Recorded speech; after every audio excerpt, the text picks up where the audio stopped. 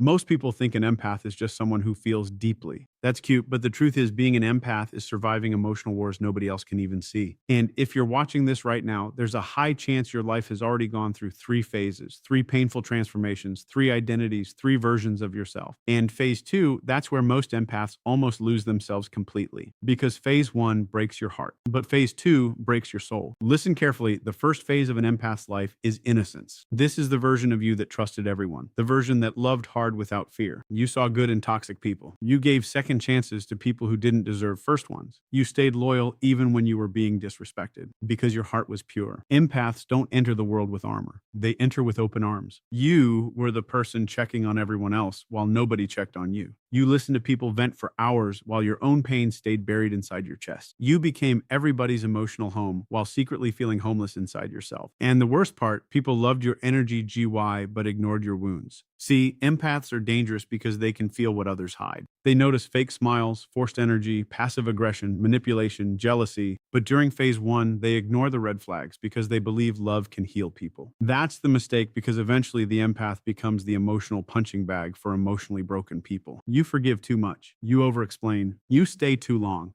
And one day, life teaches you a lesson so painful that your entire personality starts changing. That's when phase two begins. The destruction phase, the hardest phase an empath will ever experience. This is where the empath stops recognizing themselves. You become emotionally exhausted, not because you're weak, but because you carried too many people who never carried you back. Phase two is where your nervous system changes. Your trust disappears. Your smile becomes rare. Your energy becomes protective, and nobody understands it. People start calling you cold, but they never saw how many nights you cried in silence. They never saw how many times you stayed loyal while being betrayed behind your back. They never saw how many times you give your last bit of energy to people who drained you dry. This phase is terrifying because the empath starts waking up, and awakening is painful. You start realizing that some people only loved your usefulness. Some only came to you when they needed healing. Some enjoyed your kindness because it benefited them. And once an empath realizes this, something inside them dies. You stop chasing people. You stop explaining yourself. You stop begging for basic respect. But here's the scary part. During phase two, empaths isolate themselves from the world, not because they hate people, but because they finally understand people. They become quieter, more observant, more detached. You answer messages late. You disappear for days. You protect your peace like your life depends on it, because honestly, it does. And deep down, you start fighting a battle nobody can see. One side of you still wants love. The other side is terrified of getting hurt again. There was a time when you loved people without hesitation, before the overthinking, before the anxiety, before the emotional walls, before life taught you that having a good heart in a cruel world can become dangerous. That was the first D phase of an empath's life, the innocent phase, the phase where your heart was still untouched by betrayal, where you believed loyalty was normal, where you thought people loved the same way you did. And that's why empaths get hurt differently, because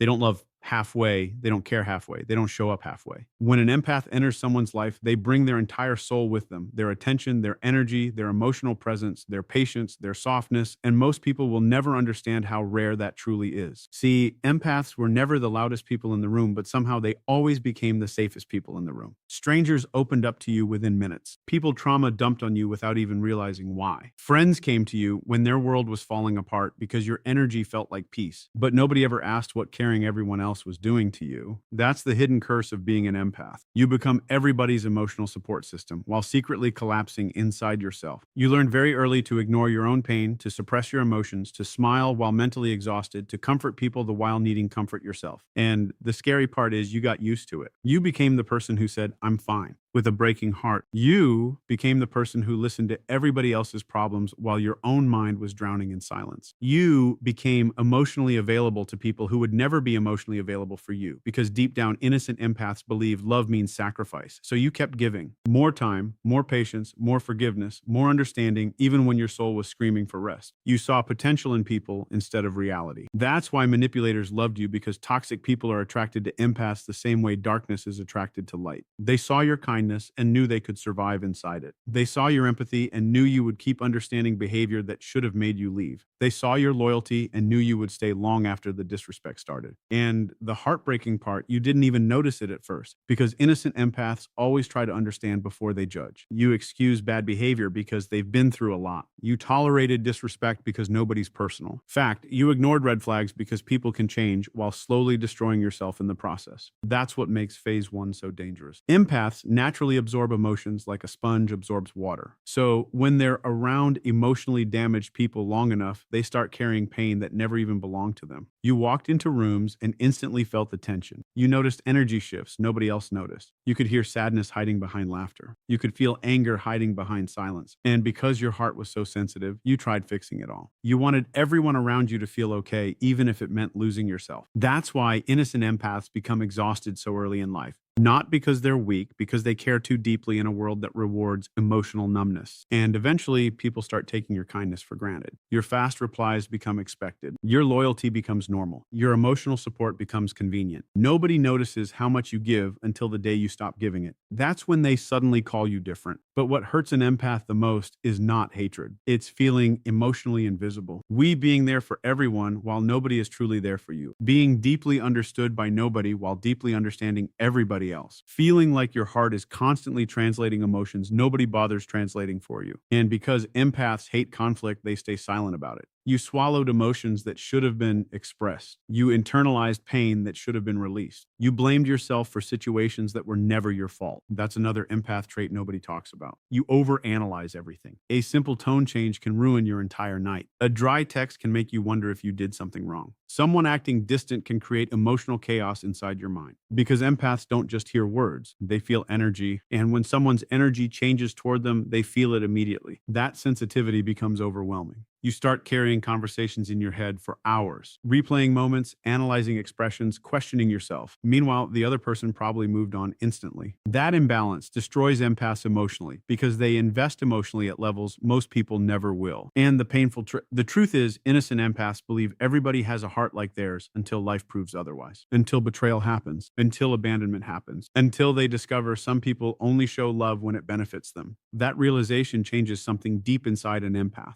Because betrayal doesn't just hurt an empath emotionally, it confuses them spiritually. They can't understand how someone they genuinely loved could intentionally hurt them. They can't understand how people lie so easily, fake loyalty so easily, disappear so easily. Because if an empath loves you, they love you with honesty. They would never intentionally destroy someone emotionally. That's why when it happens to them, it shakes their entire reality. And most empaths don't talk about this pain publicly. They suffer quietly. They disappear quietly, cry quietly, break quietly. The world sees their silence, but never the emotional storm causing it. And during this phase, empaths often become addicted to fixing broken people. Not because they enjoy pain, but because they secretly hope saving others will finally make them feel valuable enough to be loved properly. Read that carefully. A lot of empaths grew up feeling emotionally unseen, so they developed a habit of earning love through emotional labor, by helping, by understanding, by sacrificing, by staying, even when it hurt them, especially when it hurt them. Because phase one, empaths confuse suffering with loyalty. They think enduring pain proves love is real. So they tolerate things emotionally healthy people would walk away from immediately. Disrespect, inconsistency, emotional neglect, manipulation. And every time they forgive someone who keeps hurting them, a small piece of them disappears. That's why the innocent phase eventually becomes unbearable. Because one day the empath realizes something devastating. The people they kept saving were never trying to save them back. And that realization hits harder than heartbreak. It feels like waking up emotionally homeless after spending your entire life making other people feel at home inside your soul. Then comes the phase that changes an empath forever. The destruction phase. The phase nobody prepares you for, because this is not normal heartbreak. This is not regular disappointment. This is the moment an empath slowly realizes that the world is far colder than they ever imagined. Once that realization enters their soul, they never become the same again. This phase usually begins silently, not with one betrayal, but with accumulated pain. Years of being emotionally drained, years of forgiving too much, years of feeling unseen, years of giving everything to people who only gave excuses in return. Until one day, something inside the empath finally snaps. Not loudly, quietly. That's the terrifying part. Empaths don't explode first. They endure first. They tolerate emotional neglect longer than they should. They stay loyal longer than they should. They keep understanding people long after those people stopped understanding them. But when an empath reaches emotional exhaustion, the shift is chilling. Because the softest people become the coldest once they realize they were being used, and nobody notices the damage immediately. People only notice the empath becoming distant, quieter, harder to reach, emotionally unavailable, but they never ask what caused it. They never ask how many nights the empath spent crying in silence before becoming this version of themselves. That's what makes phase two so lonely. You are grieving a version of yourself, Knob. Why didn't you even appreciate it while you had it? The old you used to answer instantly. Now you stare at messages for hours. The old you used to explain your feelings. Now you stay silent. The old you used to beg people to stay. Now you let them leave without chasing them once. Not because you stopped caring, because caring destroyed you. That's the sentence most people will never understand. Empaths don't become detached because they enjoy isolation. They become detached because their nervous system got tired of surviving emotional disappointment. This phase changes your body too. Your sleep changes, your energy changes, your patience disappears.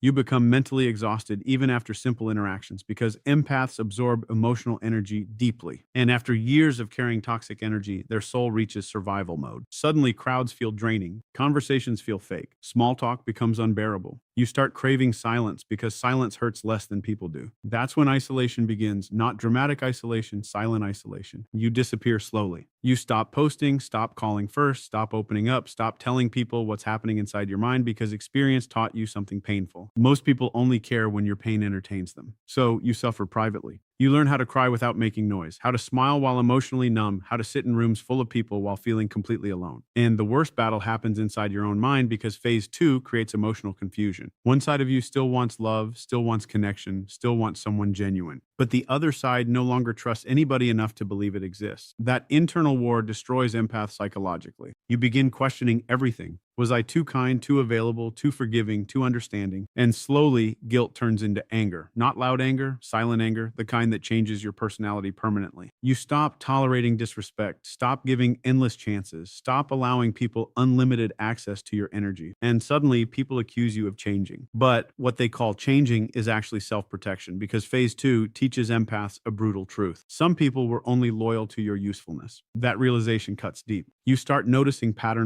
and you ignored before. People only texting when they need emotional support, people disappearing when you need help, people draining your energy while giving nothing back. And once an empath sees these patterns, they cannot unsee them. That's when emotional withdrawal begins. You become more observant than expressive. You start studying people instead of trusting them immediately. You notice manipulation faster, fake kindness faster, hidden jealousy faster. Pain sharpens intuition. That's why wounded empaths can read energy so accurately because betrayal trained them. Every heartbreak became emotional intelligence. Every disappointment became awareness. Every lie became another lesson carved into their nervous system. But this awareness comes at a price. You stop feeling emotionally safe anywhere. And honestly, that's one of the darkest parts of phase two. You start feeling like nobody truly knows you. People know your personality, your humor, your kindness, but nobody knows the emotional chaos inside your mind. Nobody sees how exhausted you are from constantly overthinking everything. Because empaths don't just feel their own emotions, they absorb atmospheres. A room can ruin their mood. A person's energy can drain them instantly. A toxic environment can mentally destroy them without anyone noticing. And after years of this emotional overload, the empath starts shutting down emotionally to survive. This is where numbness appears, the dangerous kind. You stop reacting the way you used to. Things that once broke your heart now just make you tired.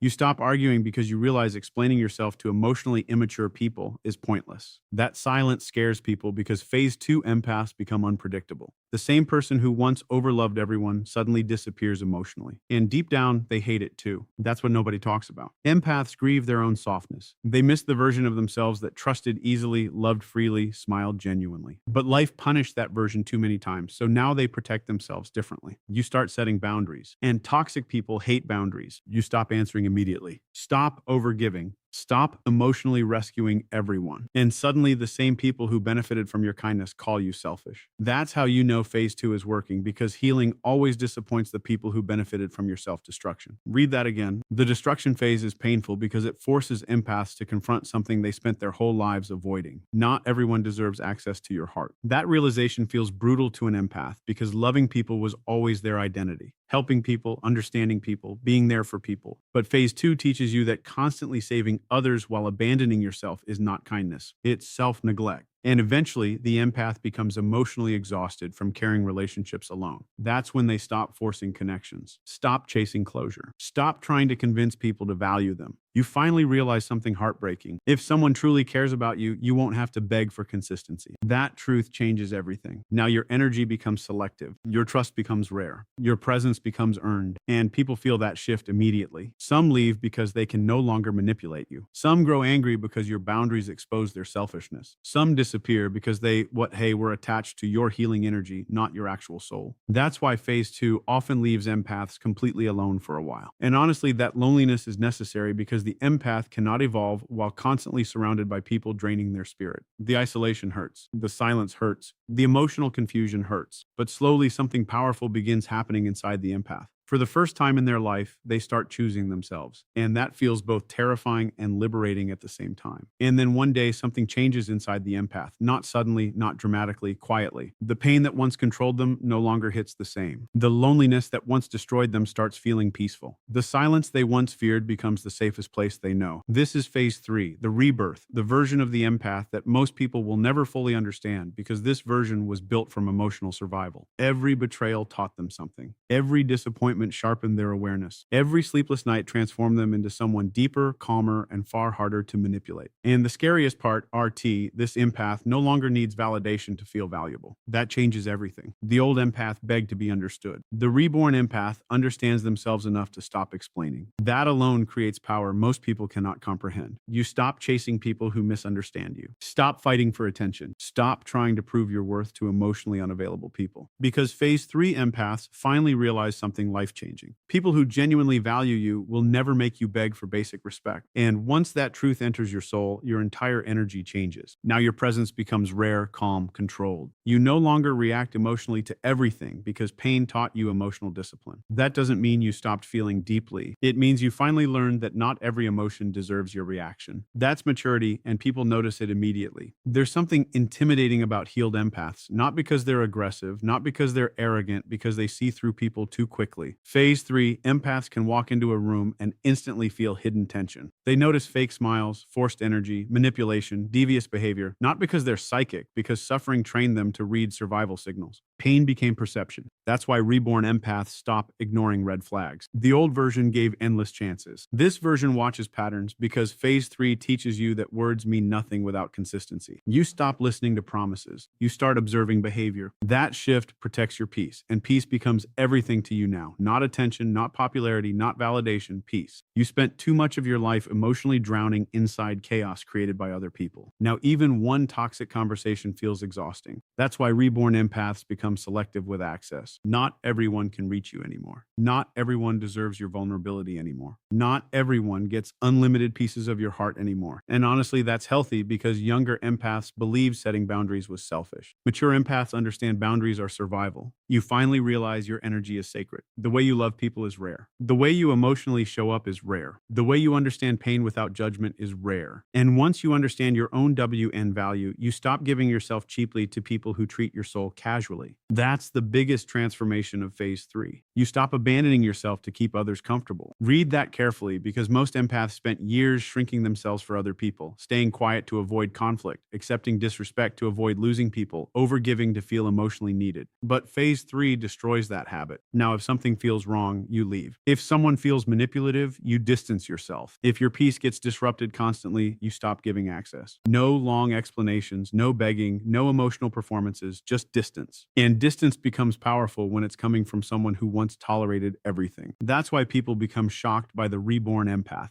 The same person who once chased everyone suddenly becomes impossible to control emotionally because they finally understand something dangerous. Attachment is not love. A lot of people confuse being needed with being loved. Empaths especially. They became addicted to fixing people because it made them feel emotionally valuable. But phase 3 teaches you that healthy love does not require self-destruction. Real love feels safe, consistent, mutual, not confusing, not draining, not emotionally violent. And once an empath experiences emotional clarity, they can never tolerate toxic attachment the same way again. That's why their standards rise, not out of ego, out of self-respect. Now, energy matters more than appearance.